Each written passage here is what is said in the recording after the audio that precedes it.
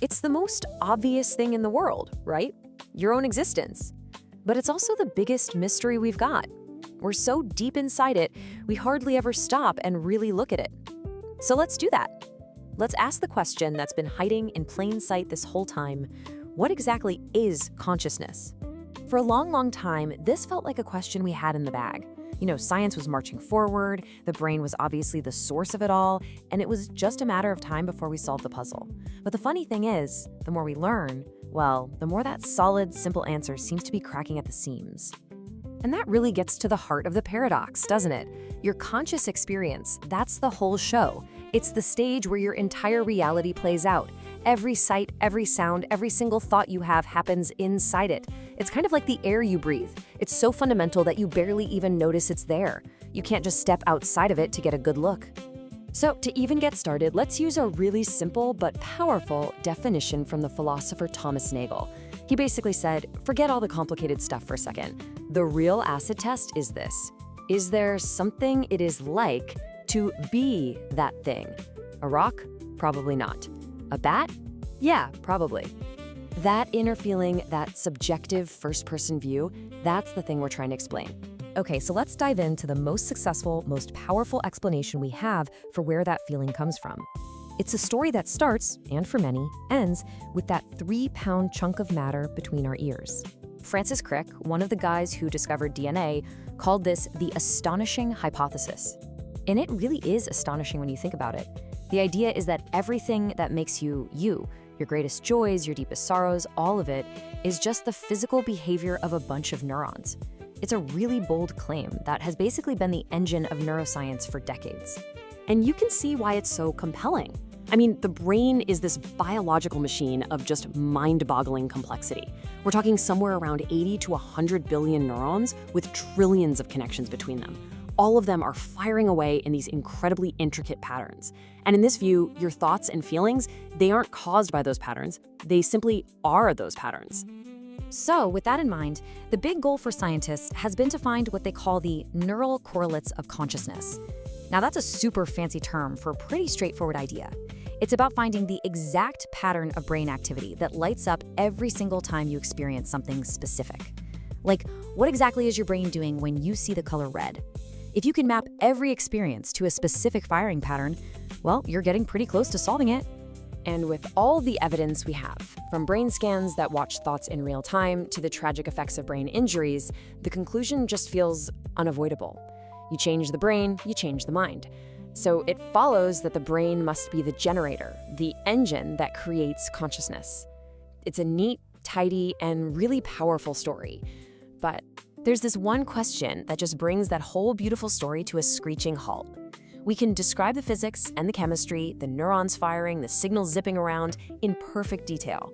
But how does all that physical stuff, that matter, suddenly cross some magical bridge to become the feeling of happiness? How does electricity and chemistry become the inner experience of seeing the color blue? Now, this isn't just some little gap we'll fill in later. This is the place where the whole model really starts to creak and groan under the pressure. It's a problem so deep, so fundamental that it has its own special name, the hard problem. The philosopher David Chalmers laid this out perfectly. He said there are easy problems, and then there's the hard problem. Now, don't get him wrong. The easy problems are incredibly difficult. They're about figuring out how the brain processes information. But they're problems of function. We can imagine eventually solving them. The hard problem is on another level entirely. It asks, why isn't all of this just happening in the dark? Why do we have an inner movie playing at all? Why does all that brain processing have to feel like anything? This is what philosophers call the explanatory gap. You could, in theory, map out every single neuron that fires when you look at a beautiful sunset. You could have a perfect, objective physical description. But that description would never, ever seem to add up to the subjective feeling of awe or the actual experience of seeing the color orange. There's this huge chasm between the physical process and the private feeling. Right, we can draw a perfect schematic of the brain, like a complex machine with gears and circuits. But that map tells us absolutely nothing about the ghost in the machine, that subjective awareness that's actually living the experience. The purely mechanical model just has nothing to say about the feeling of what it's like to be you. Okay, so if that all feels a bit abstract, let's look at a truly startling, real-world case that blows up one of our most basic assumptions about ourselves, the feeling that we are one single, unified person. Back in the mid-20th century, surgeons came up with a pretty radical procedure to treat people with debilitating epilepsy. To stop massive seizures from spreading across the whole brain, they would actually sever the corpus callosum, this thick bundle of nerves that acts as the main highway between the brain's left and right hemispheres. And what was amazing is that on the surface, these patients seemed totally normal afterward. But when scientists started testing them, they found something absolutely extraordinary. So get this. Researchers could flash an image of, say, a spoon, but only to the patient's left visual field, which is processed by the nonverbal right hemisphere. If you ask the patient, "What did you see?" their left hemisphere, the one that can talk, would honestly answer, "I didn't see anything." But then, if you ask them to pick up the object with their left hand, controlled by the right brain, that hand would reach out and correctly grab the spoon. It was just unbelievable. You had two separate streams of consciousness, two separate realities, living inside one person's head. But this is where it gets even weirder. When the researchers would ask the patient's talking left brain, "Hey, why did your left hand just pick up that spoon?" the left brain didn't say, "I have no idea." Oh no, it would instantly make up a plausible but completely false story. It would say something like, "Oh, I wanted to stir my coffee." This led the researcher Michael Gazzaniga to coin the term the interpreter, a kind of storyteller in our left brain whose job is to create a coherent narrative of our actions, even if it has to invent one. And the conclusion from all this is just profound. That solid, unified I that you feel you are every moment of the day, it's not a given. It's not a fundamental property. It's an achievement. It's a story constructed by different parts of your brain working together. And if you cut the lines of communication, that unity can literally fall apart. So these kinds of findings really push us right up to the very edge of what our current scientific framework can handle. They force us to question not just how the brain works, but the very nature of what we call reality. Here's another wild idea from modern neuroscience for you. What you experience as the world around you, it's not a clear window onto reality. A better way to think about it is as a controlled hallucination. It's a model, a best guess, that your brain is constantly generating, and then it just uses your senses to tweak and update that best. Seriously, think about it.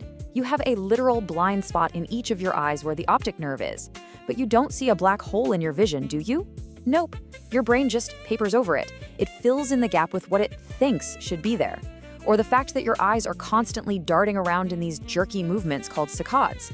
The world should look like a shaky camera video, but it looks perfectly stable. That's your brain, working behind the scenes, editing reality for you. And this leads us to another huge mystery, called the binding problem. See, the part of your brain that processes color is different from the part that processes motion and the part that processes shape, and they all work at slightly different speeds. So how on earth does your brain bind all that separate information together in real time to give you the single, seamless experience of a red ball bouncing? Honestly, we have no good answer for that. So this is pretty much where we are today. We're standing at the edge of a cliff, looking out into this vast, deep mystery. The models and theories that have gotten us this far have been incredibly successful, but they seem to stop right at the border, right at the edge of explaining experience itself. And so we find ourselves right back where we started, asking the same question. But now it feels so much bigger, so much more profound. After all of this, the central mystery is still there, staring us in the face. How does the physical stuff of the universe, the atoms and energy that make up you and me, somehow give rise to our inner world, the world of color and music and love and sadness? And the most honest answer we have is that we just don't know. Thank you for watching. If something in this resonated with you, then you're already closer than you think. If you're ready to go deeper, there's a link below to my book, What is Consciousness? The Science, Mystery, and Reality of Awareness. This isn't theory, it's a framework you can actually use. Tap the link below and step into it.